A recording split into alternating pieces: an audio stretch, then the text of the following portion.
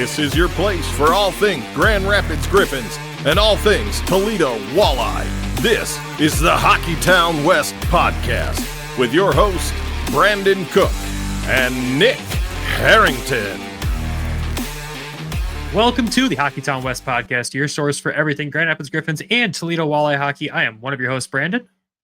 I'm Nick, and I'm joined with Phil today. Jesus Christ. Phil? Yeah, well, the name could change, but I wanted to at least celebrate the spooky season, so we've got a new guest on the show today. You need to put him off to the side behind you a little bit. He's got to hang out for the rest of the show now. He's a permanent fixture of the show. He might have a take or two. Might be better than what we've heard today, but I almost bought one the other day. I FaceTimed Nick from the store. He said you should. See, I'm glad Nick beat me to this because I have one and it was definitely coming out when I busted out the Halloween stuff. But here we go. For those listening that can't see, Nick's joined by a skeleton. Nick haven't put that together yet because it is spooky season. You don't feel like it's still 89 degrees outside or something. God. Yeah, it's still super hot. But I thought the show needed some fun, and I wanted to bring out, get silly for spooky season. So is he trying to do something on the top shelf? Like what? Yeah, what is he doing with his other arm? That's the question. Looks like he's trying to reach something off the top shelf. I don't know. Maybe I am going to Mexico for like a full week, so maybe we just continue the live stream and Phil will be here to cover for me while I'm gone. You know, that might work out better. So, well, like we said, everyone, welcome back. I'm Brandon, he's Nick, and of course we're joined by Travis, which this is our first regular season content type-ish episode. Like, it's not regular season, obviously, but this is back to normal. There's not an interview this episode where it's just us. We're going to talk hockey, give our thoughts, opinions, kind of get back to what we used to do, and bear with us. We might be rusty. This is development camp for us, too. But that's what we're going to talk about today. We're going to talk about the prospect camp and everything that happened up in Traverse City this past weekend, give our thoughts and opinions on it. But first, before we dive into that, boys, the biggest news we've been waiting for all summer, Jonatan Berggren signed a one-year deal. I'm so excited. I am too.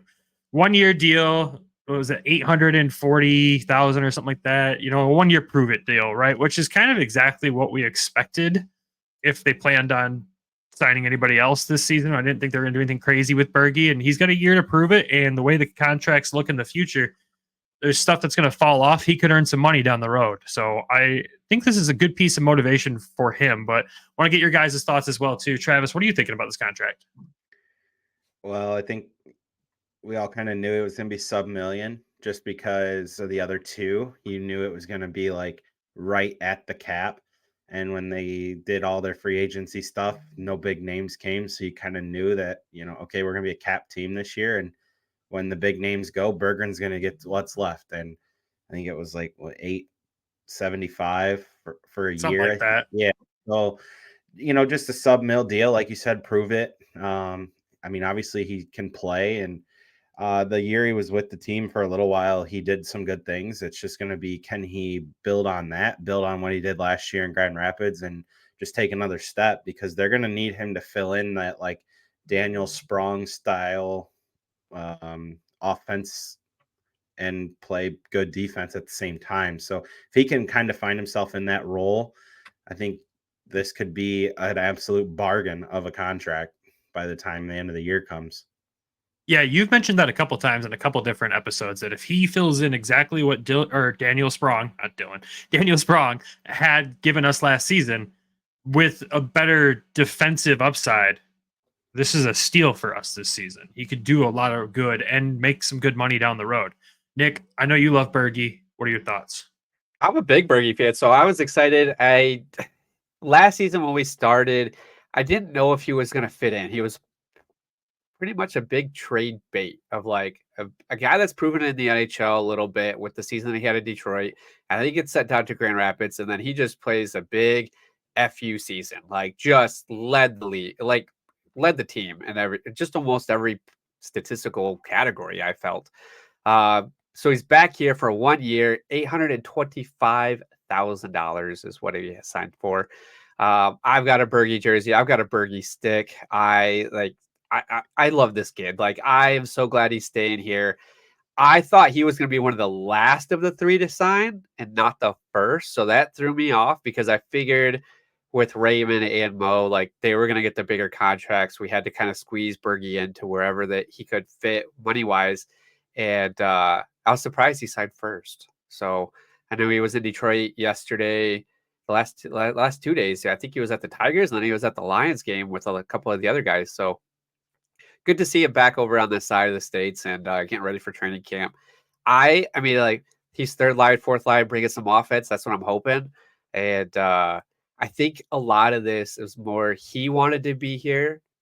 I felt that he wanted, like, he was giving the organization, like, the time of day. I want to say, like, I don't know how to say it the way I want to, but like, he could have easily been, after the year that he had last year, he could have easily been like, you know what, I'm not going to sign. I'll take, we can not sign till December 1st or whatever he wanted to do and go somewhere else or ask to be traded or whatever he wanted to do. And I felt like he really wanted to be here. He stuck it out and he got his contract. So I'm hoping he does better than what Veleno did last year and gets another couple year contracts. So hopefully he's a long fixture here with Detroit.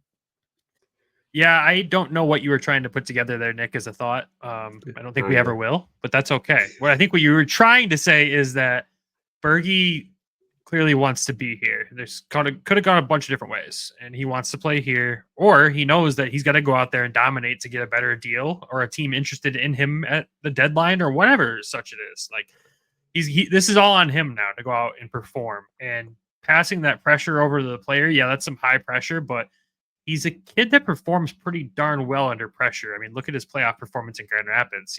The whole team's under pressure, and he comes out there and shines. So I love this deal. I think it's super exciting, and I just hope he gets the opportunity in the right spot in the lineup to show what he can bring to the table. That's my biggest fear. I think, too, like, it's going to help him be more consistent. He's on the team. He's not traveling back and forth to Grand Rapids, to Detroit, to Grand Rapids like he was in October of last year. Like, this just gives him more consistency. He knows who he's playing with night in, night out pretty closely. Like, he's going to be more comfortable. And you're not going to see those crazy mistakes that he was making when he was playing Vegas. And I can't remember who else they played at that stretch that he was up there for. So it'll be good. Yeah, it'll be huge. And speaking of huge, Lucas Raymond also signed, which huge, massive deal for the Red Wings here. An 8-year deal. What was it, Travis? 8.2? 8.025, I believe. 8.025. Like, stellar work by Steve Yzerman here, locking this one down, because as the cap goes up, this deal is just going to get better and better and better as we go along. But of course, I got to get your guys' thoughts. Trav, what are you thinking on this deal? 8.075. Sorry. But what are you thinking? Everybody's been like freaking out because like hasn't been done, and like this is not a very straightforward deal to make, right? You're buying RFA years, you're buying UFA years. There's a lot that goes into this. Does the player want to sign for 8 years? His agent's probably telling him to sign for 4 or 5, and then when the cap goes up, cash in again. Like, but to get this done, the percentage of the cap's going to drop every single year the cap rises. And they clearly have tried to establish that, look, we have an in-house ceiling with Dylan Larkin at 8.7. We're not going above that if we don't have to. And I think, this is part of Yzerman, right? He gets that number. He's not going to budge. And he really didn't have to budge. I mean, the team had all the control in this situation. It's not like Raymond's a year from UFA anyway. So to get it done, big deal. Obviously, he took a huge step last year, really established himself as a future piece of this team for many, many, many years to come. Obviously, you want to see him. 8, yeah. But, I mean, it's just exciting. Look at the big goals he's scoring at the end of the year. Everybody wants to see that from a young player, and just solidifies this core, and he wants to be here. He said that when he left. He's like, this is the only place I want to play. So, big piece of business done. it's done before camp, and we got one more to go, which hopefully is done before Thursday. But I love it. It's right around where I thought it would be. I thought it was going to be 8 million exact, but and for it to be all salary, no signing bonus, that's a pretty interesting piece of it too. So just a lot of good things here. Good piece of business. Yeah. Again, well done by Yzerman and everyone else to get that deal done like that. Nick, what are you thinking? I just don't know why everybody freaked out all summer about this. Like they had till December 1st to sign. So like we still had like 2.5 months to be able to get this deal done. So I think people are just freaking out for nothing. Training camp is the guys are up there. Most of the guys are going to be up there. If they were out at the Lions and Tigers this weekend, I'm sure they're going to be heading up to Travis for practice here shortly. So I was surprised that it was a full 8 years. I thought they were going to go bridge with him. I thought he was going to be, I know all the reports were like 6 million was thrown out there, and then I heard 7 and then 8, and I'm like, whatever. So to see 8 for 8, a little over 8, that's good. It's a team friendly signing. I just hope in 8 years he doesn't look back on this and is like, this was such a horrible experience. Like, I don't want to sign here again, kind of thing, based off of how long it was drawn out. But who knows what it really was on the, only player, agent, and team was going to know. And Steve is going to know that of like how the contract negotiations went, things like that. But excited for him. He's got my favorite number. I know you've got his jersey, so you're a big believer of him. I hate you because you have his jersey. So, I mean, it is what it is. But I'm excited. He's got a lot to still grow, and I'm excited to see what more he can do because I don't think he's hit a ceiling yet. Yeah, no, he definitely hasn't hit his ceiling. There's a lot of growth left there. And your point on like you hope he doesn't look back on it and think like that's a terrible decision. If Leon Draisaitl could re-sign in Edmonton after everything he's been through, I don't think we're going to see that situation with Lucas Raymond in Detroit. I think things will be a lot happier here over the next few years, especially. So it is good to get that done. Like you said, team-friendly deal. I'm happy. I'm stoked. He's my favorite player on the team by far. I've said that multiple times. So I'm ready to see the next deal come through, and it'll probably come through while we're recording or right after I hit upload tonight at like 12 a.m. because that's the Steve Yzerman classic right there. But of course, if it breaks while we're recording, we'll talk about it. If it doesn't, we'll move on to the next topic. But before the next topic, we do want to mention and remind everyone that we are back on Patreon. So make sure you head over to patreon.com/Hockeytown West Podcast. It is free for the whole month of September. So you can see all the content that we will be bringing to the table during the regular season. But obviously there's some stuff that you can't see yet for the regular season because the season's not here yet. We have a ton of special stuff we're going to be pumping into Patreon this season. So make sure you head over there, check out the tiers, support the show. It's the easiest and best way to support the show. And everyone who's already on there, we appreciate you. So thank you. Now, boys, it's on to hockey was played this past weekend. Thank God. It's finally back. I'm so excited. I know it's just a prospect games, but it's that little taste that you're like, all right, we're so close. We're here, ready to go. And the Wings had a darn good weekend. So let's kind of dive into just what happened overall. And we'll talk about a few guys that definitely stood out for all of us. So both games, Wings end up winning these ones. And then goals-wise, Travis, you had the goals for me. Why don't you break that down for both games real quick? Yeah, so goal scorers in game one, Charlie Paquette, Gabriel Siger, Rajkowski had a goal. Doucette had 2 goals in the first game.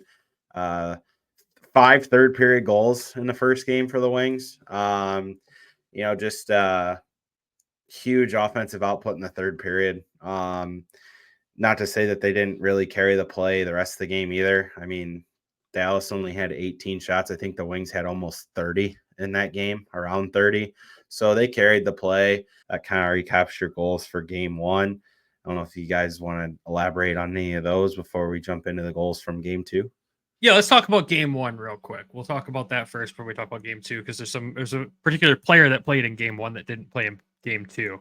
But you brought up a point. 5 third-period goals here, and there was a couple guys on the ice that this is really their first time playing a game on North American ice, and it definitely took some adjustment. This is talked about all the time. It's one of the most common topics when you talk about these kids coming from overseas to play in North America, and I thought every single one of them picked up on it way quicker than I thought they would. MBN looked fantastic after the first period. You could tell he even mentioned it in the pregame or the interview in the middle of the period there that it was different for sure. There's some board play that he struggled with at first. Even Dan Watson pointed that out at the end of the game in his post-game interview.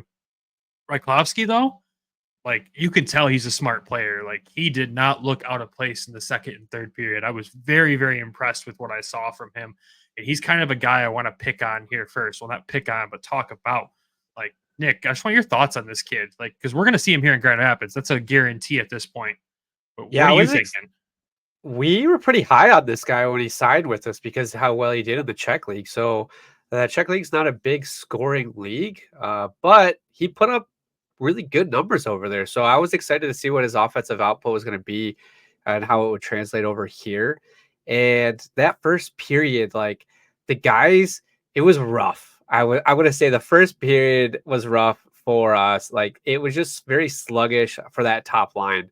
Like I watched Rychlovsky quite a bit get pushed off the puck. This is why you threw him to me first, isn't it? Because I was going to struggle with his name the whole time. I hate you. So anyways, he got pushed off the puck quite a bit. He turned it over a lot in our own end. So I'm like, what is this guy doing? Like he just made me nervous. I'm like, okay, maybe this guy's not as good as what he was pretending to be. But it's also first game of the season. Like it's on North American ice. I would, let him breathe and let him get accumulated to Traverse City and, the height difference up there, the mountains and everything up at Traverse. And so I'm kidding. I lived in Traverse City. So I was like waiting to see when he was going to turn it on. And that goal that he had, though, when he got that, he hesitated on the puck just enough to be able to put it up, though. Like it was a smart play of how he held the puck in that high pressure situation. And I was like, okay, he has it. He does have that it factor. And I'm excited to see what he's going to do this year in front of the net in that high pressure situation going forward with the Griffins. So I'm excited. I know it's just one game, but I liked what he had on that first line. I think he stood out the most for me in that game one. Yeah, and after the game, Dan Watson was asked about like his thoughts on, his play in that game. And some of his comments was he has that hunting mentality and he's not scared of that physical side of the game, which a lot of people don't know about his game. We've seen the offensive upside and the defensive play, but he can get physical. So Travis, I kind of want to get your thoughts on what you were seeing, because I know you watched the games a little more in depth than we all did. What did you see on the physical play for him? I mean, he's not scared to go into the corner, get the puck. I mean, that's for sure. I think what really stood out to me as the game went on is this kid's skilled with the puck. I didn't really pay a whole lot of attention as far as his physical game, more or less his playmaking and his offensive ability, just with who he was playing with. This kid scored 26 goals last year. I mean, he can score. And I think it's just going to be making that transition. And for people that don't know, I mean, I didn't play hockey at a very high level. I played AA travel when I was a kid, but I played on an Olympic size sheet. It is a vast difference. I almost hated it because it's so much wider. It's longer. There's just so much space. And when you're not a fast player, you feel like you're skating in concrete the whole time. So to transition to a smaller sheet, I mean, I don't think he looked out of place really that much at all, maybe a little bit early, but once he got his feet underneath them, you could see he's a very confident player when he's got the puck on his stick. He's always looking for that guy that's open. He's not afraid to shoot the puck either. He's smart. Yeah. He's really smart with the puck and how he plays.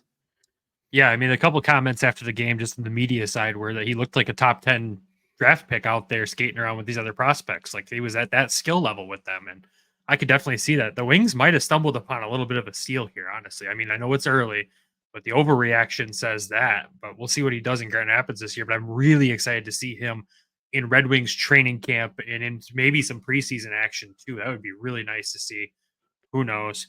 He's also 23, so he's not like he's 18, 19 years old. So, and he's been playing at a professional level. So you could tell the guys that have played some pro in this, in these games versus the guys that haven't played pro. You mean ammo skating around everybody out there? Yeah, we know. We'll get there. Before we dive into other players, that's the one guy I really wanted to just hit home on real quick from game 1. Let's talk about game 2, and then we'll go through the rest of the guys that we really want to hit on here. So game 2, Travis, what was the scoring there? Game 2, they won 3-2. Doucette, Johannes, and Finney all scored for Detroit. And then the goaltending was solid as well, but 3-2. 3-2 in this one. So obviously they swept the weekend there. And Doucette, what a weekend by him. Like, it was kind of like he made a first impression on everybody all over again. Because, some people forgot he was in Toledo last year, right? But at the same time, he tore it up down there, and we've been watching what he had to bring to the table for the last year, and we knew there was something there. But to see him do what he did in this prospect tournament, he was flying out there with Amadeus and Hunter Johannes. Like, this was easily the best line of the weekend. Obviously, there's some pre-existing chemistry there between the guys, right? That does help. But at the same time, Deuce looked incredible. So, Trav, because we don't know if he's going to end up in Toledo or not, but you saw him the most last year out of any of us. What did you think he improved on the most from last season? Confidence. I think that's probably the biggest thing that stood out to me. He turned pro last year, coming out of junior as an overager, coming from the Q, which is a highly offensive league. So sometimes you don't really get, you don't really know what you're getting. Sometimes it's inflated a little bit with how offensive that league can be. And then I thought, honestly, he went to the perfect place to learn the professional game. He's going to be playing on a good team. He was with Toledo, had 19 goals, 22 assists, 41 points in 52 games. So just under a point per game player a little bit there. Solid year. I kind of figured, like, we've talked about it, like he's probably coming back down here. This kind of performance, you get this kind of confidence, he might not be coming back. You guys might get him this year, which, I mean, when you're a confident player and the puck's going in the net like it was for him this weekend, dude, you just start shooting the puck, and good things can happen. I was so happy for him. I know one was an empty net goal, but still, I mean, it counts. Point's a point, goal's a goal. But you've seen plenty of misses from there. Yeah. Just seeing the puck goes in, that does a lot for your confidence. And really his goal in this second game where Johannes shot the puck and Doucette was right. I mean, you could see like a small speed burst and he just banged it home. Like he knew he was going to score. So I think it's just that scoring mentality. And then just does he take that next step there this year? Who did he play with last year with Toledo? Oh man, he was all over the place. Yeah. Was he like second or first line, third line?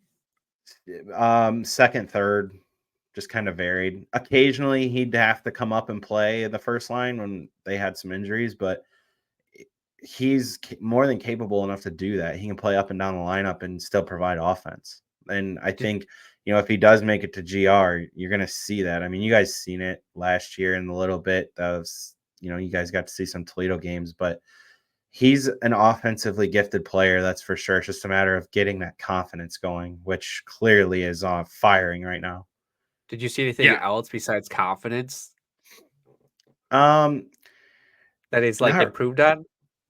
Not really. It's just like he was always in the right place at the right time. I think that's kind of the other thing. Maybe it's positioning, just knowing where to be and when to be there. One of his line mates, I thought, really just helped him. Like with Johannes, I think Johannes' size and just it kind of opened up the ice a little bit for him. And I think that really helped. And then with Ammo's speed, you put all three of them together, you kind of have a little bit of everything on one line.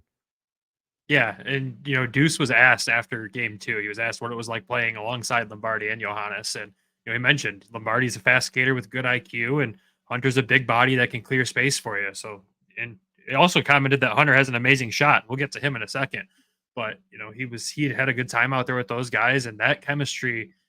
That's a solid fourth line in Grand Rapids. I'm not gonna lie. Yeah. That's I'm really happy with that production if they do that, especially because Nick, you pointed out. This Texas roster, or Dallas roster, was a very AHL heavy roster. Yeah, wanted to know who were we playing this weekend, because we dominated so much on both ends of the ice, and I'm just like, did they just bring like tryout invitees or what? I found one guy. That's it. Everybody else is a draft pick or signed an NHL contract. Only one guy from Texas was an invitee, compared to our roster, which we had probably, I would say, about half were invitees on our end. I wouldn't say half, but I know the defense was primarily invitees, which I want to talk about defense here next a little bit. Actually, I want to talk about Shai Booyam, obviously, but I was honestly impressed for 5 of your 6 defensemen to be invites. Like, they played really well together. Like, they were showing out and shutting down Dallas, which was fantastic. But what do you guys think on Shai Booyam's play on this one? Because Dan Watson kind of commented at the end there. He definitely has a little bit more to learn still on like the spacing and the speed of the game at this level, but did play a defensively sound game, played well, and seemed to be shut down most of the time. So, Nick, what was your thoughts on Shai? I did not want to take this one first. I mean, he was all over. Throw it to Travis first if you want. You're good. He was all over the place. Like every time, like Bob was saying, Shai Booyam, like he was just stepping up into the play. It's hard to watch defensemen on TV, to be honest. Like you can't always see if they're in the right position, if they're pitching right at the right times, things like that. But he was all over the place. I don't know what did he finish for plus minus for the weekend? I don't even know if we have those stats available. They don't have those stats. I mean, he probably was pretty positive based off the scores. Yeah. we can hope. But yeah, I mean, he was our top guy. So I liked what I saw out of him. I started kind of maybe reconsidering, maybe he is between him and Volley in the top, moving 2-0 down to the second, or 2-0 to the top and then Shai at the other end. So I don't know. Like we'll see what happens. But I could see him 1 or 2, right? Top 4. I still don't see that yet. Really? Like he played well in the games. He played well. He's going to get the third pairing treatment this year is what my opinion is. I think he's going to get the sheltered third pairing minute. He did get exposure running the top power play unit during the camp, which is good, but there's definitely some room to grow there. There is a concern that I have now as well that Dan pointed out after the game when he was asked about it. He took a shot to the ankle, didn't finish game 2. We don't know what the status is of that. Hopefully he's ready for actual training camp. If he misses training camp time, that's going to be crucial time to get ready for this AHL season. So that does scare me a little bit, but I still think he's going to get that sheltered third pairing and then bumped up to the second pairing with injury or call up or whatever happens. But maybe Travis has a different opinion that'll shut me down here. Trav, what'd you think of Shai Booyam's play? I thought he played well. Clearly, it was our best defenseman. I mean, I hope so. You can see why he was picked in the second round at times. I mean, definitely showed flashes, definitely some things to work on, but not like, I don't think he was terrible. I wouldn't say he was unbelievably great. He was solid. He's kind of what you would expect. Turning pro, he played one game last year? So, 1 game. Yeah, one game at the pro level after a good college career. Just steady. I think it's just going to be, like you said, just kind of maybe sheltered role to start. And then if he expands on it, he expands on it. So it'll be interesting to see, but I thought he played pretty well given, who he was playing with, camp invitees. I mean, it's just good play by him, I thought. Yeah, being able to pick it up and have good chemistry with just random invites that show up. They don't get many practices before this tournament goes on. So, I mean, that does say something at least about his hockey IQ on the defensive side of the puck. That's a good sign. But yeah, there's growth there, which is fine. I don't need him to come in and be a top pairing defenseman on this team this year. We've got plenty of guys that can fill that role. So I'm excited to see where he lands in the lineup, but it's going to be fun to watch him play clearly because there is a lot of flash there. A lot of sizzle. I liked it. I probably overreacted. It's okay. You're allowed to. You're allowed to save the franchise. He's probably going to Detroit right away. That's why I'm here to bring you back down to earth. It's all good. Travis, I want to hit on another guy that we obviously assume is going to be in Toledo this year. He didn't face a ton of action this weekend, but the shots he did face, he looked really sound, and it was Carter Gylander. What did you see that you like, and are you feeling comfortable with him coming to Toledo this year? I'll be honest. I hope we get him. I mean, I said last year when he signed with GR, I think I even told you guys like, yep, that's a Toledo guy next year, hopefully, just to kind of ease him into the pro game. And then with how crowded Detroit is and that, it just kind of seems like that's going to be the landing spot. I think Bob and Ken even kind of said the same thing. Played really well. I mean, you could tell he was on top of his game. He was tracking the puck well, seeing the puck well. You know, some goaltenders come into this tournament and it does not go well for them. I think we've seen it a couple of years ago, but just, you know, I don't want to say the name. Didn't Kosa struggle in the prospects? He did. Game? I was gonna say He did. I He struggled in but prospect and training camp. I didn't want to be wrong, so I thought it was him, but I wasn't sure. But I mean, that just goes to show you, like, you know, he might have struggled then, but look at where he's at now. The growth that he's made, that's awesome for him, and you just love to see that. But back to Carter, I mean, on top of his game, 29 of 30, shots faced and saved, 29 for 30. I thought he played with a lot of composure. Like, he wasn't swimming around. He was always his angles were good, tracked the puck well. It should give guys like Toledo fans something to be kind of excited about, because you're probably going to see a steady dose of him in Bednar this year, I would bet. That's my bet. We'll see what happens. But, and another just freakishly large goaltender. He's like 6'5", I think I saw, or 6'4". So another just absolute tree in net. Yeah, I am really excited to see what he's going to bring to the table for the Walleye. Like you said, he was super composed in that. He didn't look out of place. His positioning, he was playing it fantastic.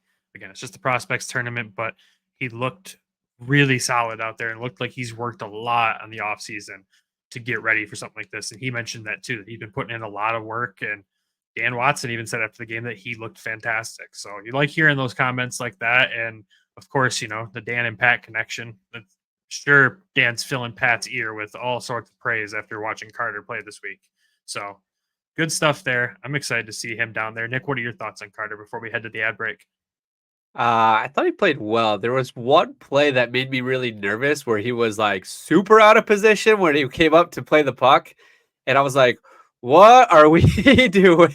So that part made me a little nervous. I thought we were seeing maybe some Askarov here, but yeah, I like that he played. I liked how he played. He was cutting down the angles, and it's not a bad thing to start at Toledo. Like we said, I mean, Coast started there, and that's probably where we start seeing our goalies start going through that. If they're not in college, they'll probably start at Toledo. It worked their way up. I mean, I know Carter came from Colgate, and he did well at Colgate, but it's not bad for a 7th round. I think he was 7th round pick. Is that right? Yeah, he was a late pick. I mean, he's a big boy. And he looked good throughout the camp. So I'm excited. Who knows? Maybe he'll be up here depending on the goalie situation. I know Detroit's got 3 and we got 2 up here, and we got technically 3. And then Toledo doesn't technically have 5. Any. Toledo doesn't have any, do they? No. Technically, no, they do not. Yeah, but so we obviously know who that they're going to be. Like, let's be real. But yeah, I'm excited to see what he does down there. And like you said, it's a good thing to start him down there. Kosa started down there. I like this trend of starting these young prospect goalies in the ECHL. You know, at least pairing him up with someone that's played in that league for at least a season. So he'll be with Jan Bednar, obviously. But I like this trend. It's fantastic. I think it's going to do really good for the organization down the road. And it's good to continue to see us use the Walleye as a developmental team. We need to continue to do that because there's so many amazing veteran players down there that can show these kids how to be a pro. And that's one of the hardest steps to learn. And jumping into the American League and learning to be a pro at the same time, that's a lot of work. But being able to go down there in the ECHL, it's still an extremely tough league, but you get to learn to be a pro. And that's where I'd want to learn if I'm going to go through it, honestly, especially if I'm a goaltender.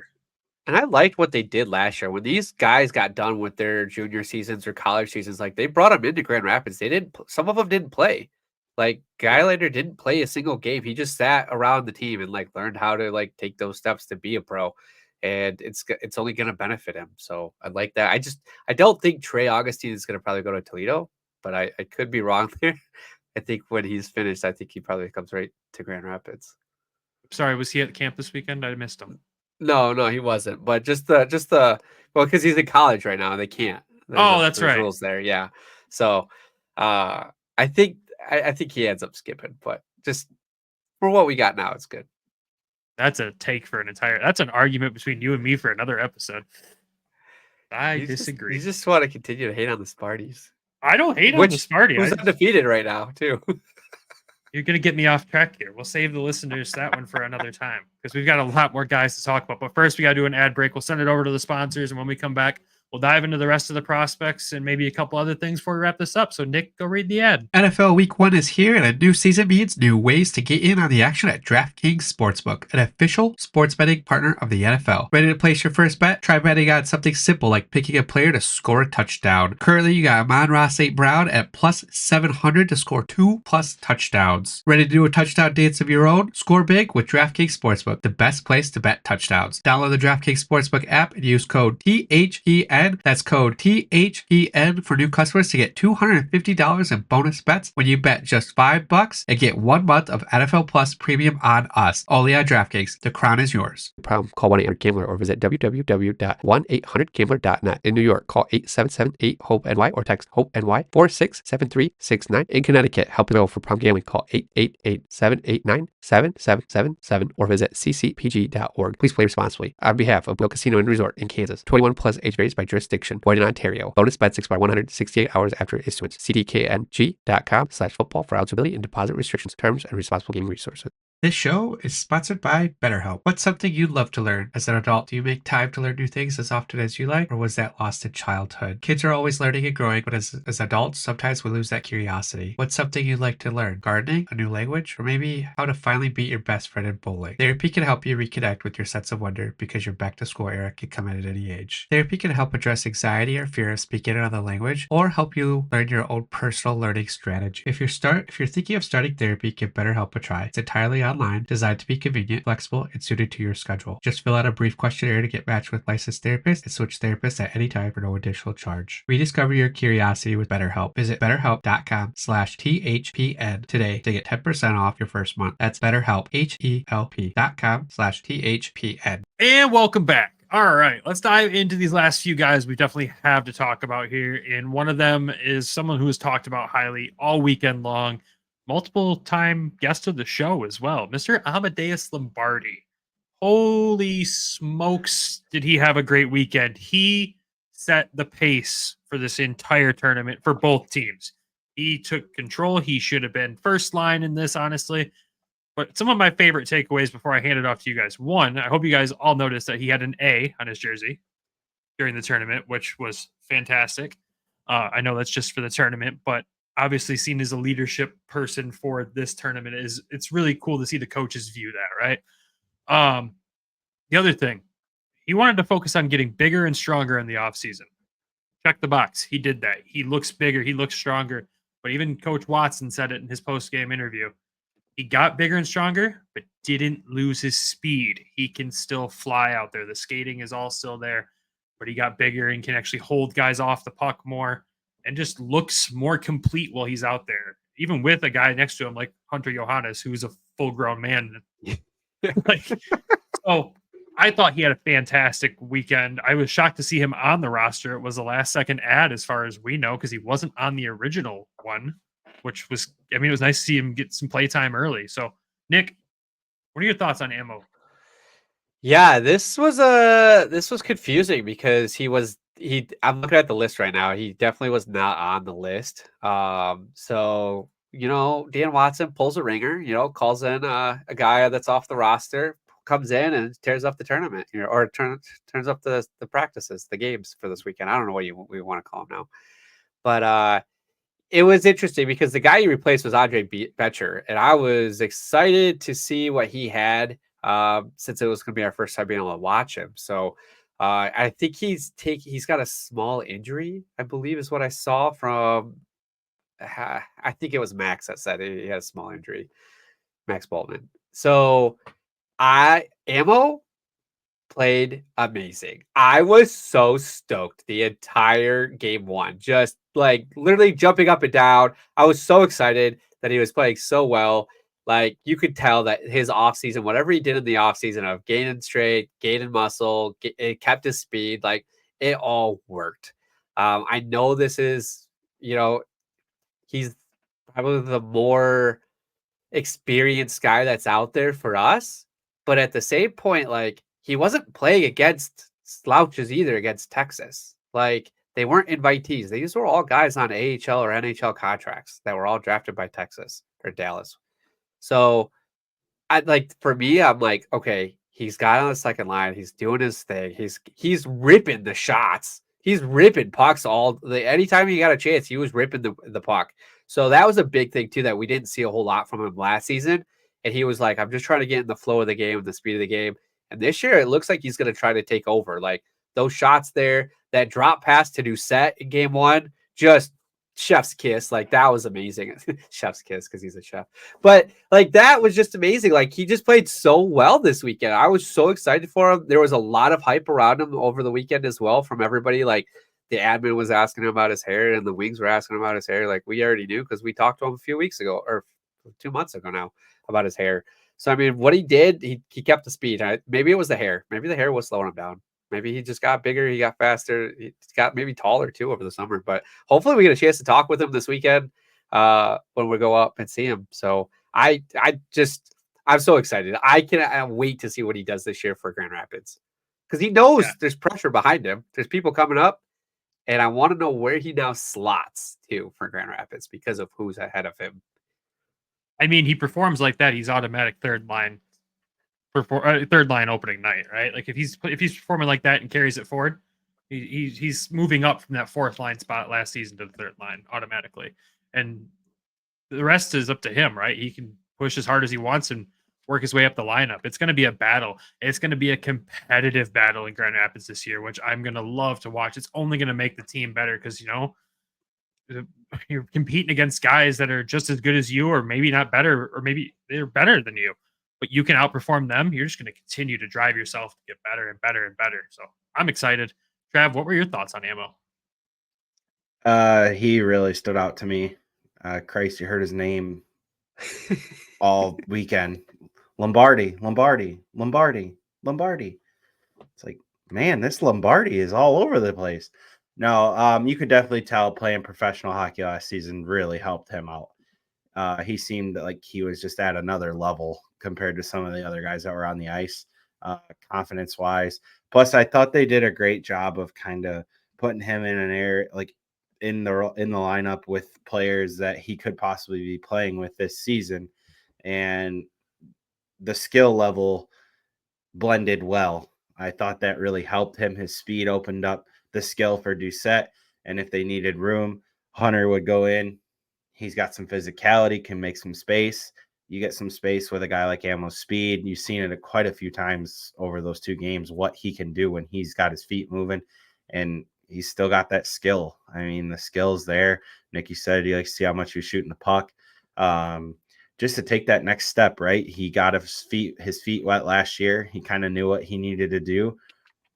Kind of took the Lucas Raymond approach, I would say. Get bigger, get stronger, but I think Ammo's a little faster than Raymond might be. I mean, you really see that, but it's just good to see a young player developing in front of our eyes. You guys got to see it last year. Me, not so much, but man, he really showed out to me. I think I told you guys, I was like, guys, he's the best player on the ice right now. Like he's like hands above everybody else. Like this is crazy. But yeah, I was thrilled with how he played. 3 assists. That's just great. Yeah. And best player on the ice. Like that's the key words there for him. Like there's some guys in front of him in the prospect pool, right, that were on the ice with him this weekend, and he outshined every single one of them. Granted, MBN only did play 1 game. We don't know what we would have saw out of him with the second game, but to see him shine that much over everybody else was so impressive, and it gets me so excited for what we'll potentially see on the ice this year in Grand Rapids. I kind of wanted to see if they would have put him on the first line that second game, just to see like what he would have created and like what kind of matchups, like how he would have did against the top matchup. Yeah, I think Dan was coaching for the win. I will say, I would have loved to seen him on the wing with Nate and Ryklowski. That would have been something special, I think. And I wasn't mad with the decision they made, because No, not at all. the player that ended up moving up, which I'm sure we'll get into, he deserved that. He played really well as well. As well. But no, I thought he played real well all around. Yeah. Well, I want to dive into another guy that was on the line with Ammo. Obviously, we get to talk about that whole line at least tonight, right? Which is great. It was the best line of the whole season. It was. I did say that because Season. we've only played 2 games. Yeah, sure. Thanks, Nick. But yes, the line was the best line of the weekend. So obviously we're talking about all 3 guys. But Hunter Johannes was the guy that joined Grand Rapids right before the end of the season last year. We didn't really know what to expect. He's an older guy, just finished college, 26 years old, I believe. Yep. And we just didn't get to see a full sample size of him because he was basically playing 4th line minutes towards the end of the season there. You can tell he put in work in the offseason. Dan said it out in his post-game presser. He spent most of the summer in Detroit working out, which you can tell he's even bigger than he was before. His shot looks absolutely fantastic. And just overall play up and down the ice, he looked great out there. Like easily probably 2nd or 3rd best player on the ice. Because I think Ammo, Doucette were probably the first 2. Hunter's right in there. I don't know what to expect now from him this season. Like I just kind of expected he was going to be that 4th line grinder. And now I'm like, what is the potential that we have here on our hands with Hunter Johannes? I don't know. But what I do want to know is, what do you think, Nick? I think he came in right at the end of his college season, and he only got the 6 games, but it felt like he got a lot more games than that, to be honest. Like these guys that came in at the end, I felt like they played way more than this, but the stats show 6 games. He came in and we're like, okay, who is this guy? What's he, who is he? And he comes out with a full facial hair, beard, probably bigger than mine. Like, we're like, this is a man. This is no kid, no college kid. He's a grown man, and he was physical. And he did get a little bit of a slower start when he started with Grand Rapids, but then it picked up in the playoffs. He had, like you said, he's on the 4th line, so you're not expecting much. But this weekend, like, his play did dominate a lot of the Twitter chatter. Like, I don't know if I can call it that, but a lot of people were impressed with Hunter Johannes and like, oh, he's just an invitee. No, he's signed with Grand Rapids. He's going to be with us next year. He signed on a PTO last year at the end of the season, and now he earned that contract. So I'm excited to see what he does for this coming season. We don't know what we have with this guy yet, besides a big, tall man. Like, I'm hoping what we saw this 2 weeks, at least after these 2 games, was a better sample of who he is as a player, because I don't think he really got that chance to show who he was when he was here with us last season with those 6 games. I think this was his kind of like coming out party this weekend. Yeah, and even Dan said it himself. Like, we all know his physicality that he brings to the table. And we all saw that last year. We just saw a couple of massive hits that were in crucial moments in games that kind of swung the momentum into favor of Grand Rapids. But in Dan's exact words, he has a lot more skill than people give him credit for. And I think, Travis, with you diving in more to these games, you saw that skill on full display. Yeah. This dude, like, dating back to the development camp, I sent Brandon a message of this picture of this guy, and I didn't know who it was. And I said to Brandon, I'm like, who's this grown man out here in development camp? Like, this With all dude these looks kids. like he's 30. like, and I was like, is that Johannes, he signed at the end of the year? He's like, yeah, that's him. I said, Jesus, this guy's huge. And then you see him out here just this weekend, flying around, making plays, battling in the corner. Like, this guy is going to be a true power forward for the Griffins. I think could be probably like a 3rd line winger that's just going to be an utter pain to play against. He's thick. He's not scared to go into the corner, and he's got the skill to kind of back it up. Like, it's almost like a mini mule type thing here with like, just like how, like, it's not that he's like super, he's not like he's 6'6", 225, but he's not small. Like, he's just built very well. You can tell he played college hockey and like filled out, and his guy's going to be a power forward for the Griffins. I think that really makes some noise. He's 6'3", Yeah. 217 pounds. Yeah, He's a thick. grown man. Yeah, like it's just gonna be like I was watching him, I was like, man, this is my kind of guy. Like power forward, not scared to go in there, throw your weight around, but can score, can set up guys. Like this guy, I mean, I'm excited to watch his development this year because I sky could almost be the limit for him. It's just a matter of how fast can he take these steps being 26 years old. Yeah, that is the big question there. But I think, honestly, if I'm putting it back together in my head, the opening night roster, he's got to be on a line with Dominic Shine. Like those two together with whoever down the middle Ammo. is going to be a lot of fun. Yeah, sure. I'm here for that. You could run back the line they just played for 2 games. Like, honestly, it could be an option. Well, that doesn't include Shiner, though. So I just think that they're going to complement each other so well. And they didn't get a chance, I don't think, to play together at all last year with the way things were shaping out. So, yeah, I'm really excited to see what he does this year. And I'm honestly really excited to see him at camp this weekend amongst, NHL players. This will be the first time we see him in that realm. Like we saw him in Grand Rapids. We saw him in the AHL. We've seen him in development camp. We've seen him in the prospect games. This is the time for him to really stand out. And I think he will. Just don't hurt anybody, dude. Like, God, you're a monster. Yeah, excited for him. And another guy I'm kind of excited about now because we didn't know what was going on with him. Carson Bantle. I was surprised by his play.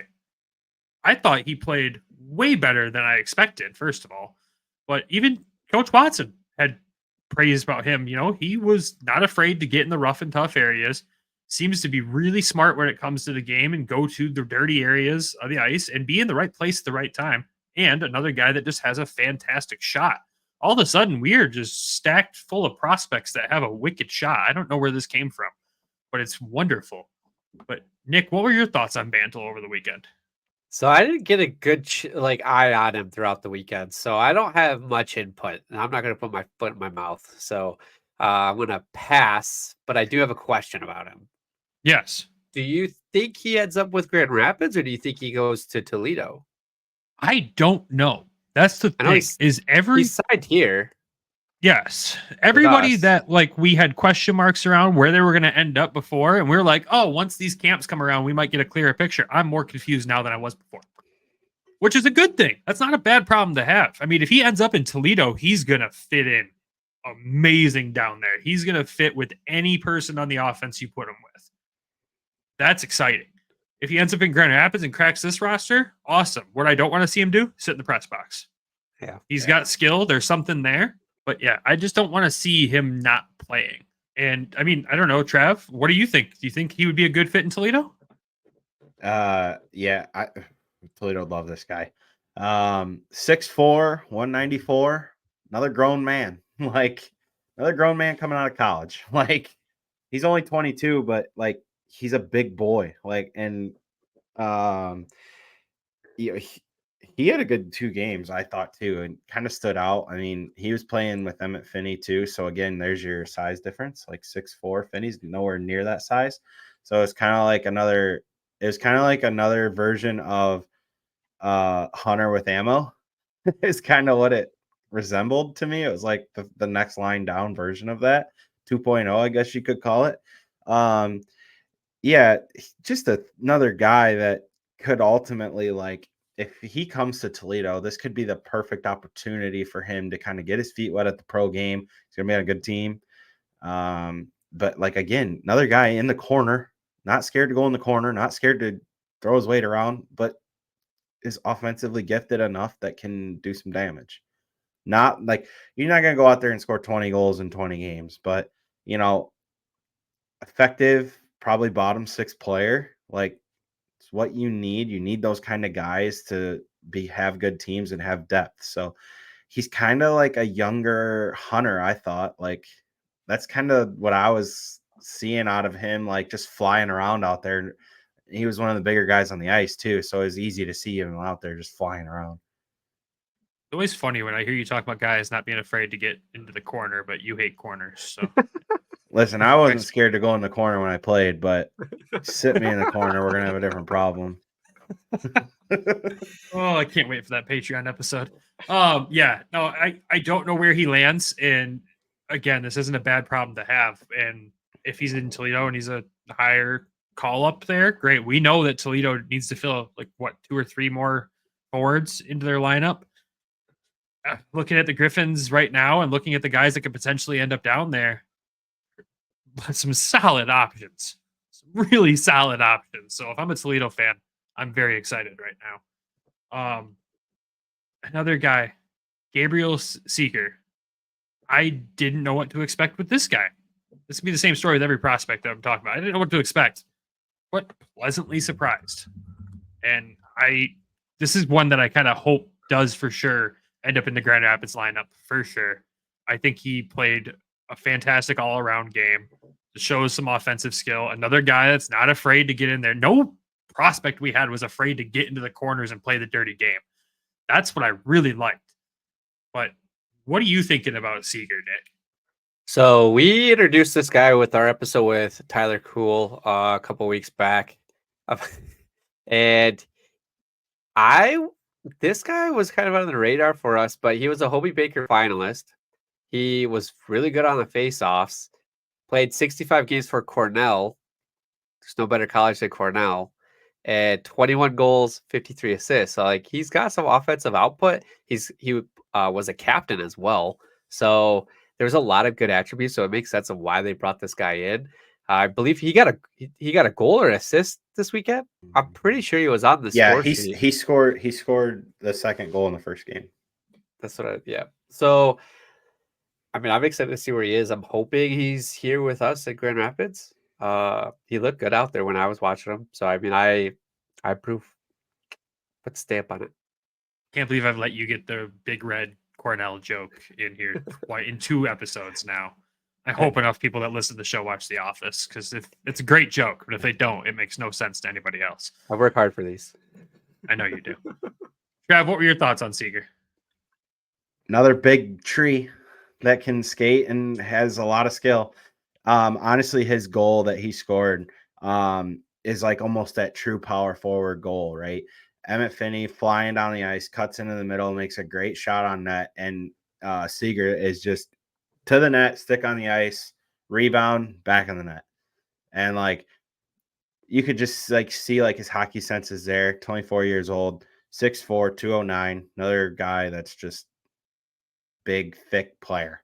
You know, clearly size is part of Grand Rapids' idea. I like the identity they want to build. I'm sorry. Trying to say 2 words at once there, but they clearly want to have an identity within that bottom 6 of like some sandpaper, some size, but they also have skill. I mean, look at the guys that we're talking about now: Seeger, Hunter, Bantle. You know, just some big bodies that, you know, can still play. Not to mention, you know, MBN, Elmer. Look at how big Elmer is. I mean, so it's going to be a fun year to follow, but I thought he had a great 2 games as well. Just, you know, both games, the team played really well. And you know what? I think it is to bring to their point, Travis. Like we had trouble late in the year of just getting bullied by Rockford. So maybe Dan saw this as an opportunity to let's address this and let's get this fixed. So we're not being bullied in the corners, in the areas. We play Rockford, 12 more times again this year. So that might be a reason why we went out to grab these guys. We'll have to ask them when we see them up at camp. Yeah, I mean, do you remember playing the Marlies last year? Like, that was another team that just bullied us up and down the ice. One I tried to having forget. guys with this, right? Having guys with this size like this and the grit, it's going to change a lot of things for this team. And every single one of them so far has an offensive upside that can be unlocked and go out there and produce.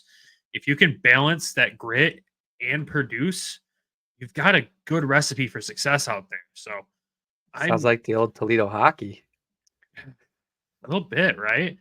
Maybe Dan's getting back to the roots there. I like it. But obviously talking about that guy there, we mentioned his name multiple times. He's got to be brought up because he really stood out in this tournament as well. And that's Emmett Finney. This is a guy that if you listen to the episodes where he popped into the games during the regular season last year, Nick and I were kind of scratching our heads going, what do we got here?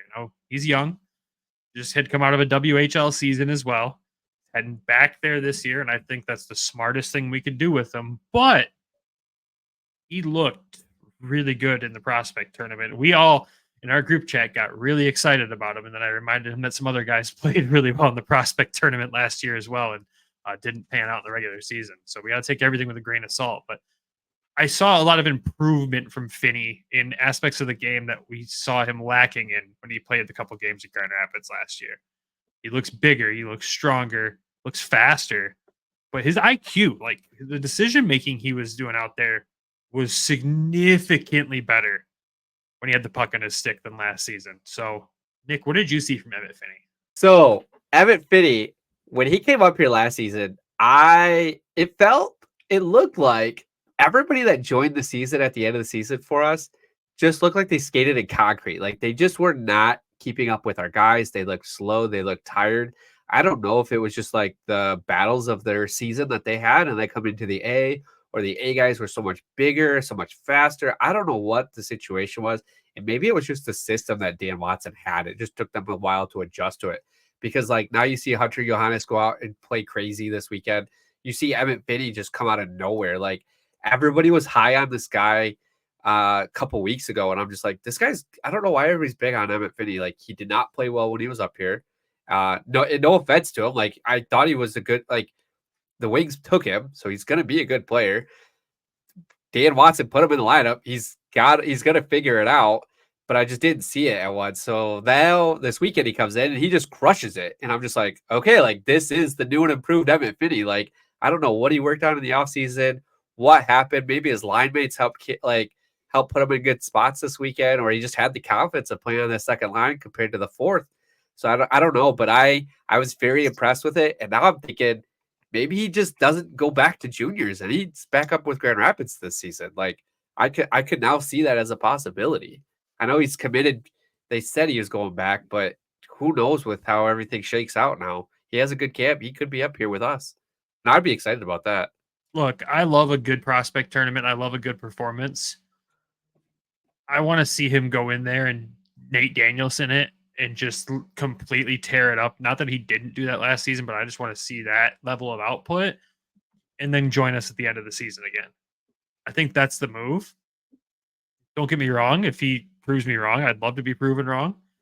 But I think that's the route we're going to go. Like I said to you, man, like Cross Hannes had a fantastic camp last year and struggled in the regular season last year. I just wouldn't want to see Finney have his confidence shaken this early. That would be my biggest concern.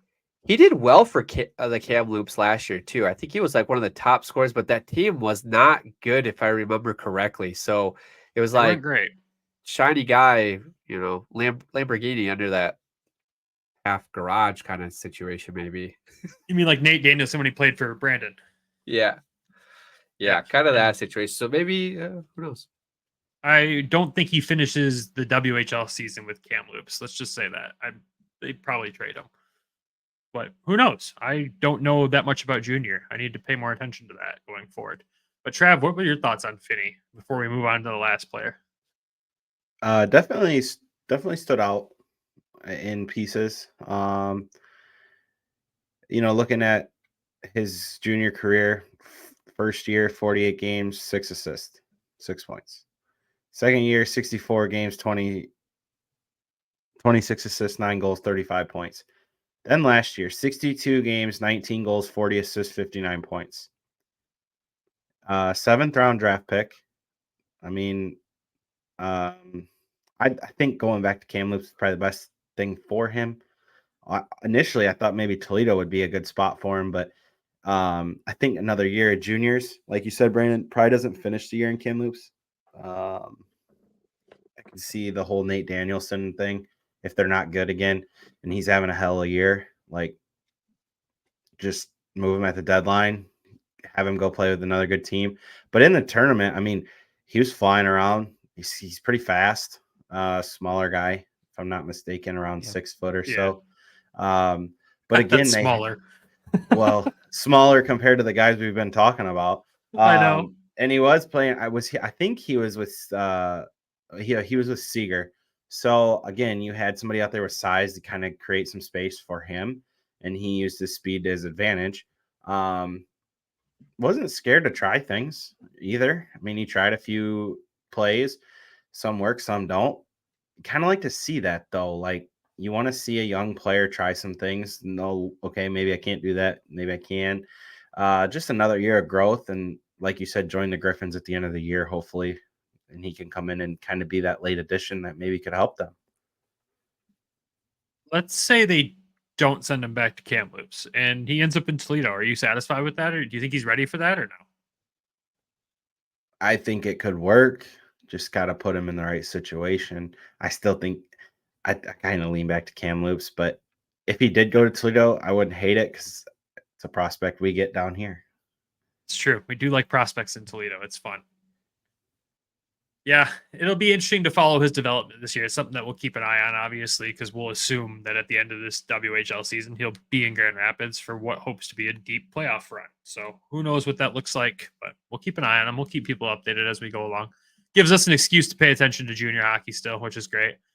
Not that we don't pay attention to the OHL just because of Flint and Saginaw and all them. We still watch them closely. But one last guy before we talk about coaching from the weekend, right? I know we want to talk about that, but we got to talk about Nate Danielson. We haven't talked about him at all, which is crazy, right?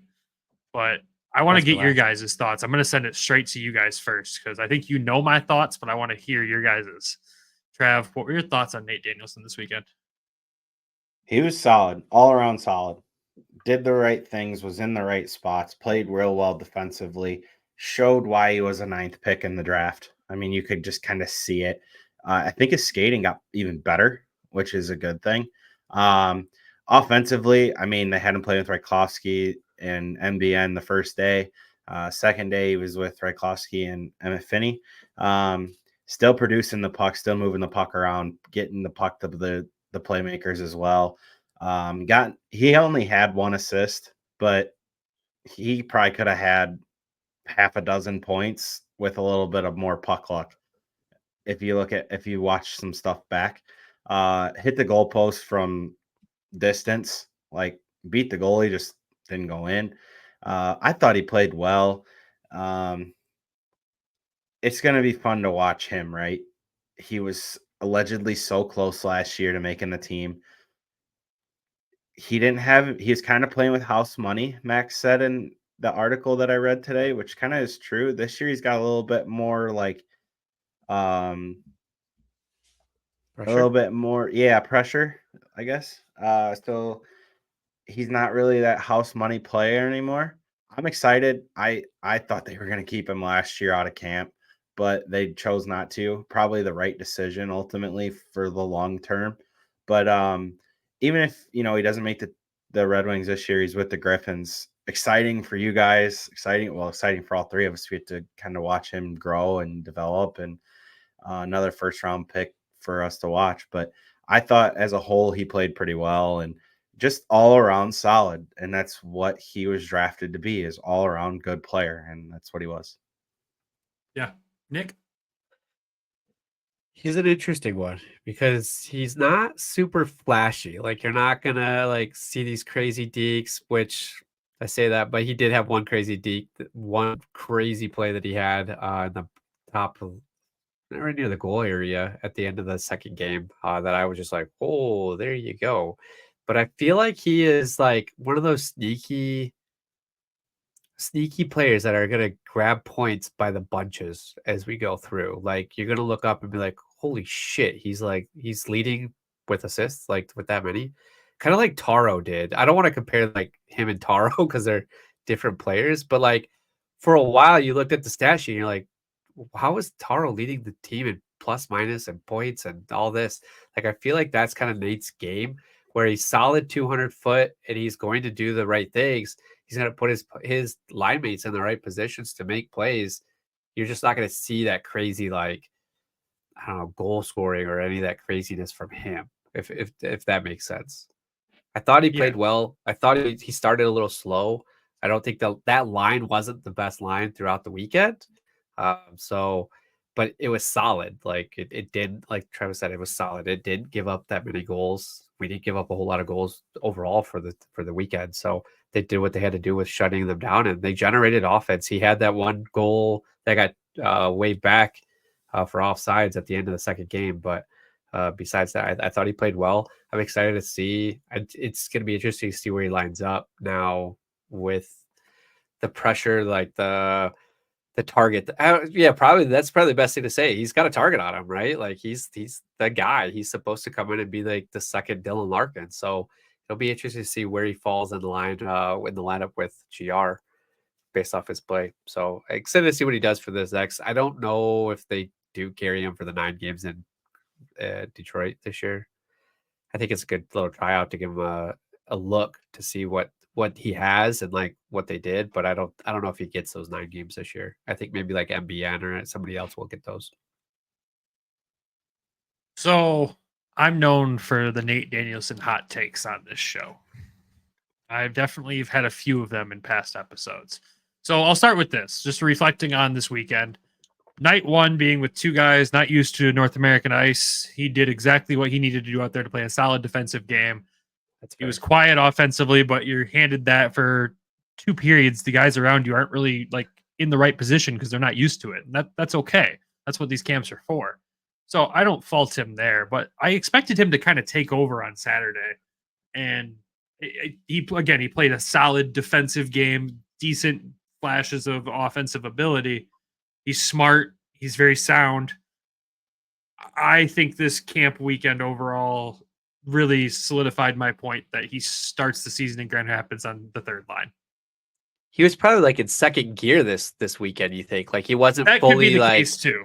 You know what I mean? Like he didn't just ramp up. Like he kind of played like Ammo did last year. He was kind of hesitant, kind of slow to learn the pace and everything, kind of seeing what he had, and then make that jump. But I think he makes that jump sooner this year than Ammo did last year.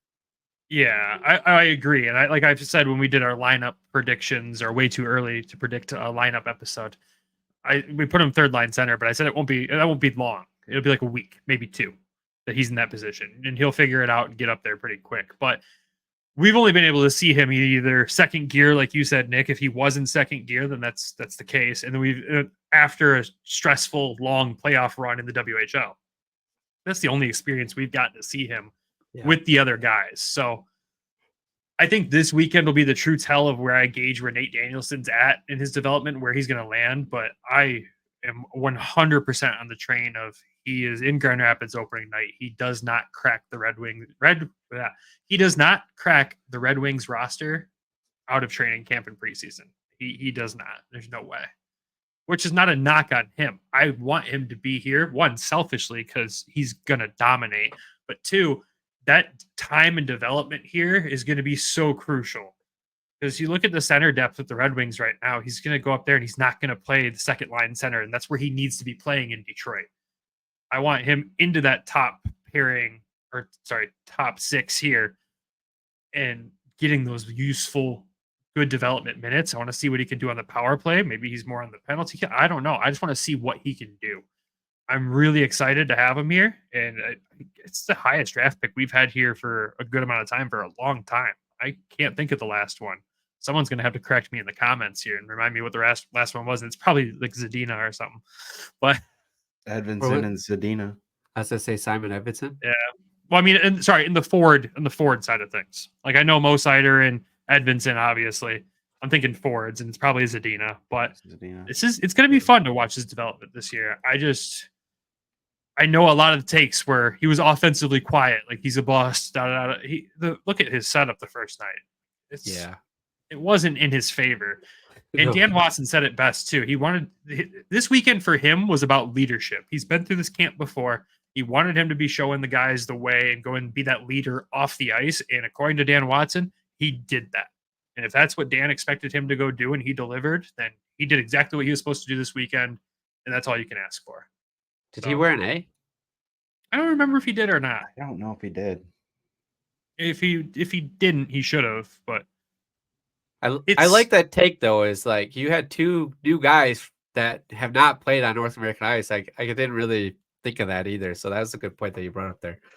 Because Thank you. Yeah, I heard that take all day too. Is like he was offensively quiet, and I'm like, look at the obvious here. Like you're setting up guys who are missing several feet of ice to play with. Like this is a challenge. You know, I'm gonna need you to edit that out, right? Were you complimented me or said something nice to me? Yeah, I got you. I got you. It's staying in. Yeah. Overall, all these prospects, we have reasons to be excited. Like the Wings aren't going to be picking in the top 10, top 15 anymore. They shouldn't. But right. But we have this pool of good players that Grand Rapids is going to be set up with. Toledo is going to be fully loaded. And the future for Detroit just looks brighter and brighter every single year we do these tournaments. I hope this isn't the last year that we see this tournament in Traverse City. It looks like it is, but I hope it's not. But to wrap up, we got to talk about the coach for the weekend, right? It's our boy, Dan Watson, behind the bench for these guys this weekend. What'd you think of his performance with the kids? Let's go to Nick first. I loved it. He's undefeated to start the season. Like I mean, he had these guys ready to go. Like these were not invitees from Dallas, and 5 out of our 6. What was it? 5 out of the 6 defensemen. 5 out of our 6 defensemen. I had to count for a second. 5 out of our 6 defensemen were invitees, and we only gave up what 3 goals? Yeah, 3 goals. Like that's. I was worried about the defense coming into the season, and I think Wadi's specialty is defense, slash off defense. I mean, like he might have these boys ready to go for this season.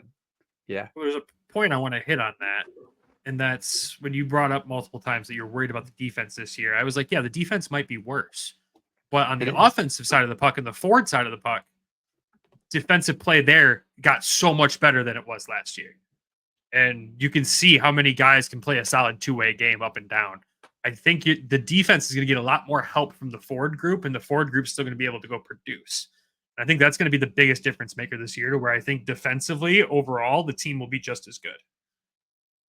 See, I'm a guy, and you know this, is I'm all about balance. So, like, I want to see the offense score. I want to see the defense score. I want defensive play from the forwards, defensive play from the defense, goalie stopping pucks, goalie shooting pucks.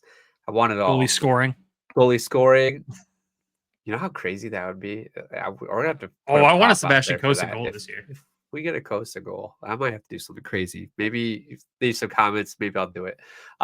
So I feel like there's still going to be. I feel like that's the weakest area still is the defense, and I think that I might be proven wrong. I hope I am, but these coaches, I feel like it's going to be there. We're going to really see what these coaches are made of this year. They're coaching these guys up and getting them ready. So I'm excited on that part. But I thought Wadi did well. He put the guys in the positions that they're supposed to be, right? You got MBN on the right side. You've got Nate Danielson, first line center. You got Amo, his time up at the top. So I liked it. I can't think of anything that I'd be like, there's no Dan Campbell blunders on this one. Oh God, don't start. But you said guys in the right position, and someone in the post-game press conference asked Dan Watson why MBN was on the point during the power play, because when he played in juniors, or the championship, World Junior Championship, he wasn't on the point for the power play, and that's not where he saw any success there. And when Dan's answer to that was so perfect, he said, put him on his one-timer flank, get him in the right shot spot. That was his dead-faced, straight answer there. Like, Dan just knows where to put people where they're going to be successful, but he's going to put them out of their comfort zone a little bit in these situations to get them going. And that's what I love about him. But before I go on to my take on Dan, Trav, you love Coach Watson. What was your take on his coaching this weekend? He put everybody where they should have played. I mean, he matched skill with skill, size with skill, and speed. First line, especially the first night, the two shiny new toys offensively that everybody wants to see, Ryklowski and MBN with Nate Danielson. You project Nate Danielson to be a second line center, you should be able to drive a line with those two. They got better as the game went on. Second line, Doucette, Hunter, Ammo. That line played really, really well. Probably the best line overall through both games. Third line, we kind of touched on Finney with Seager, right? Yep. Just, they played well. It was just, he knows where to slot guys. And like he said with the power play, who do you have in Toledo? Brandon Hawkins. When he was here, he was where MBN was. Last year, they moved him to the other side, which I wish they'd put him back on the other side, but that's just me. But, like he's had a guy similar with a good shot in that position before and has seen it work. So he put him there and he got an assist out of it, because where his assist came from was a point shot from MBN that was stopped and Rykovsky put in the rebound. So clearly this man is a very good coach, and I really think it's only a matter of time till he's at the next level. I think he's going to be an NHL coach at some point. It's just a matter of when, not if. Stop that, Travis. Stop that right now. Don't put that out there. Yeah, Don't tell other teams what we've got here. We need our cup. Hey, I don't even start on the we need our cup stuff with me, buddy. Well, that backfired real quick. Yeah, that man did everything he could to bring this city a championship. But no, I thought he did a great job, and it shouldn't surprise anybody that everybody played as well as they did, just based off of where they were playing. Yeah, I mean, this is what should put every other NHL team on notice. Not only is Derek Lalonde a fantastic coach in the NHL, but when we're dealing with prospects and getting development and stuff like this, they're in the hands of Dan Watson. And there's no one I would trust more right now than Dan to be put in the situation to do what he's doing. He's getting the best out of every single one of these guys, including 5 camp invitee defensemen. Like, you had 5 fresh defensemen that you've never worked with before, and they played almost shutdown hockey. That's fantastic. That's all you can ask for. Dan did a fantastic job. The rest of the coaches as well. We can't give them all the credit, right? There's other coaches involved, but overall, he did a fantastic job. I do want to ask him next time we talk to him if he sees like Brandon Hawkins in MBN just at a higher level. Like, I like that comparison, Travis. Something stuck there in my brain when you said that. I was like, It's just the shot. I like it. It is. It's just shots insane. It's the shot. Like, and like Yzerman at his press conference, like, oh yeah, he can rip it. Like, like, dude, he can rip it. Kid can rip it. Like, and Horkoff even said they're going to give him every opportunity to make the team this year. So glad you brought up that comment, because that's what I wanted to close on. Like, he said, like, look, every option is on the table. SHL, AHL, NHL. Where's he going to be?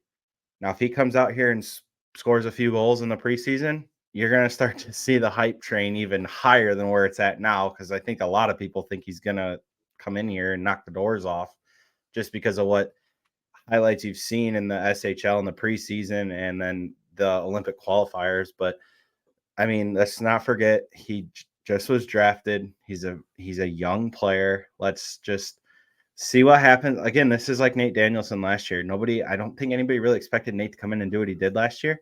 So, not every prospect's going to come in here and put up 4 points in 5 preseason games or 6 preseason games, whatever it was for Nate last year. Could MBN come in and score 3 goals in 4 or 5 preseason games? Yeah, I mean, I think it's possible. I mean, he is what this organization needed. He is a shot-first forward that has an elite shot, but is very good defensively. But the shot is so good that, like, it's just something they've been missing for a while. They have so many guys that are playmakers and can distribute. They needed a shot first winger, and that's why I'm excited to see what he can do. If MBN comes into training camp in preseason and in preseason matches the output offensively that Nate Danielson did, where does he start the season? I'll let whoever wants to answer first. ESHL. Wow. So I know Horkoff said that nothing's off the table, and that got me a little excited. I was like, oh, so he could possibly come to Grand Rapids. But then when they asked MBN about it, it was more of he'd prefer to be in Detroit, and if not, they could see him going back to the SHL. So I don't know. I think they're gonna have to talk him into coming to Grand Rapids, and it's gonna have to be Waddy hard selling him. Hey, I've got a spot. Here you go. We're gonna play with Nate. Like, we're gonna make it easy for you. And God, you guys would be just on another level if you have both of them on the same line. and then put Carter on the left. Insane. Absolutely insane. So I I think that's what happens. I think he does skip us, but I'm hoping he doesn't. I'm hoping I he don't doesn't. think it's a but- sale. I don't think he's gonna sell him. I don't think MBN unfortunately is in the position to make that decision at the end of the day. This is gonna be Steve Yzerman saying, "Hey, this is where you're going. This is where you're playing." Like this kid comes and blows the doors down. Steve Yzerman's gonna say, "You're in Detroit or you're in Grand Rapids," and it's probably Grand Rapids. If he matches Nate Danielson's performance in preseason, he's in Grand Rapids. I fully believe that. I didn't even think it was an option. We're talking that it's possibly an option. So even if he comes in and does that, I that's where I could see him landing. I maybe that's just the selfish part of me. I don't know, but at the same time, kid's elite. This kid's going to be something special, and I'm really glad Steve went with the safe pick on this one, even though everyone thought it wasn't the safe pick and his shot wasn't that great. His shot is something else. I can't wait to see that shot in person this weekend in Traverse City. Like, that's what I'm super excited about. I just figured out why you connected Brandon Hawkins and MBN. Of like, besides the shot, it's the letter B. That's what it is. They both have B's in their name. And you've been dealing with a B situation all weekend, so it's been on your mind. It took you all episode to drop a B reference, as I've been, dealing with B's in my apartment all weekend. It's been a freaking blast. I got one hot take. Yeah, I like hot takes at the end of the episode. What do you got? If he were to somehow bang the doors down and were to make the wings, I think you put him with Kane and Comfer. Yes, please. And you keep the Brinket with Raymond and Larkin. That'd be like, that's now, and I'm gonna just say that is him coming in and just blowing the doors off. Like, not just like he'd have to come in and really tear the roof off the place first. Whatever he did, probably have to play every preseason game. He'd have to be one of the better players on the ice every preseason game. But like, you could have some fun with it. Like, one night they could roll out Patrick Kane at home with Comfer and MBN. Like, you could, if they want to give him every opportunity to do it, you do it in the preseason. Like, it's just what it is. Like, that's what the preseason's for. Like, if they're going to play him and say, hey, you have every opportunity to make the team, you can't play him on the fourth line. It's got to be you're playing up in the lineup with good players to see what you can do. Yep. Maybe that Chicago game. Why? Because I'll be there. No, just because I don't think Patrick Kane is probably going to play every preseason game. I Well, I don't don't think he's think in a preseason game. Huh? Maybe Yeah. one. Yeah. He'll probably play like play one Chicago. preseason game. Probably play Chicago. I doubt it. That's early. That's early in the preseason. He'd probably play like the last preseason game if he's going to touch the ice in preseason. Like, I don't even remember last preseason, but I don't think Dylan Larkin touched the ice in preseason. I don't know. I'm just saying, I think if they're going to give him that opportunity, he's going to have to play up in the lineup with some high skill players. Yeah, I think Nick, what he's saying too as well, that opportunity, that's the regular season play. If he's cracking that door down, that's the line he needs to be on in the regular season. Yeah, Not I preseason. agree. And Tarasenko can play the third line. He showed he could do it with Florida.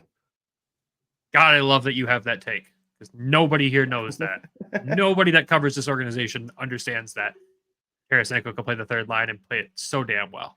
Well, and the thing with that too is Paul Maurice even told him in the playoffs. So she's like, dude, I don't need you to score a goal a game. I need you to score 1 or 2 goals a series. Like, that's all I need from you. So we understand how important it is for a coach to tell a player their role. yeah, Chris McSorley to Andy Suey. Yep. So things are bright, boys. This is exciting. I mean, first of all, it's the first episode back doing normal content, which I know we struggled through thanks to my technical difficulties for once. It wasn't one of you guys. Jesus Christ. And it's just good to be back covering this stuff. I love doing the interviews, but man, this is fun because we just kind of get to go on and talk about the games. And like we said, we're all going to be in Traverse City for the red and white game. We'll get to see a lot of these guys up front in person. I'm just excited to watch hockey again and in person. I'm so excited. That's going to hopefully last my mental stability there until, I miss opening night in Grand Rapids here because I'm going to Denver. So yay me. But I'm just ready to watch the boys play. I'm ready to see what these prospects can do, and I'm ready to get preseason rolling. This content's so much more fun. So make sure you're following along with us on Twitter and all the other social media platforms because the hockey clips are coming back. We'll have goals to clip. We'll have all the fun stuff to talk about. And then our regular season content for episodes. We'll still sprinkle in interviews here and there, but back to normal, back to the fun stuff, back to the hot takes, back to the ridiculousness with Nick introducing Phil to the podcast. It's a good time. I will say that starts if you count the red-white game, that's like a 6-game stretch in 12 days for me. You have a fun trip coming up. I'm super excited for you. Yeah, it'll be a good time. I'll send you guys a bunch of pictures. I'm sure you will. And we still have a bunch of fun interviews coming up too as well to close out this off season. So make sure you stay tuned for that.